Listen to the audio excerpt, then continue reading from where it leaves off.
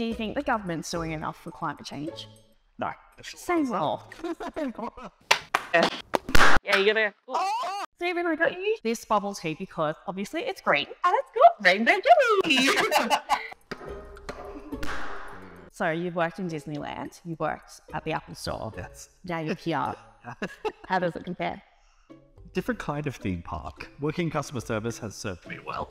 Being in here, knowing how to talk to people from different backgrounds and knowing how to have actual conversations like a human being. Has the salary served you well as well? Can you afford to buy a house now? Not yet, which is an indictment of the housing crisis. But the first thing I actually did when I got my first paycheck was put into the dentist. You got your teeth done. I got my teeth. The house is next. Okay. On a scale of 1 to 10, how would you rate your first year in Parliament? I'm going to give it a 7. You get to meet people from all walks of life, completely outside of your bubble. You get to hear so many different stories and where people come from and how you can help. Then you get to come to Parliament, Canberra, and do the systemic stuff. But then you get down here and there's a lot of obstacles. You're at a negotiating table. You get to choose someone to be on your team. Former Prime Minister, Scott Morrison, or former Nationals leader, Barnaby Joyce. A part of me is thinking ScoMo because he had access to all those extra ministries that no one knew about. So you're getting more power in that negotiating scenario. I also am not a fan of him. I'm going to say Barnaby because he somehow kept managing to get back into the leader of the Nationals position. He has to be somewhat good at negotiating. In 3 words, describe your party leader. Smart, surprisingly witty and funny, hyphenating that, and passionate.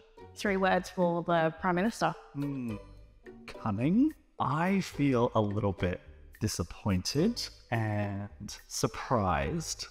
Oh wait, no, that's me describing my feelings. Well, he can be disappointing and surprising. Yes. Okay, there we go. That's right. Everyone came into the election with so much hope of what was gonna happen, and now it's sort of, I feel like, fallen already back into just business as usual. As a person that's part of the LGBTQIA plus community, what's that been like being in Parliament? I have found it quite positive. The government doesn't really have sort of like a minister for the queer community or anything like that. I sort of get to help drive that conversation quite a lot, which is really awesome. I have had some cookers, but not in this building. Everyone's been fine with it. Do you think the government's doing enough for climate change? No. So we're lucky enough that we've managed to get that hard cap on pollution, that will ratchet down, and that hopefully stopping, at least half of those 160 new coal and gas projects. That's good, but it's not good enough. You think the voting age should be lowered? Yeah, I do. So you can, enlist in the ADF when you're 16 and a half. You can drive a car. You pay taxes. You can get a job. You can do everything else. But you're not allowed to have a say in your government. And I think that's inherently unfair. In Germany, you've got some of the states had it at 16, some had 18. So it was a really good case study of what happens when you do it. And the states that had the voting age at 16 actually saw higher participation rates as those 16-year-olds got older. I think it's an inevitability that it will be lower to 16. It's just whether or not Australia is going to be leading the pack or coming up from behind. Thank you for the tea. Oh, no worries. Do you like it? I actually do. I know I'm not drinking much, but I love a chat.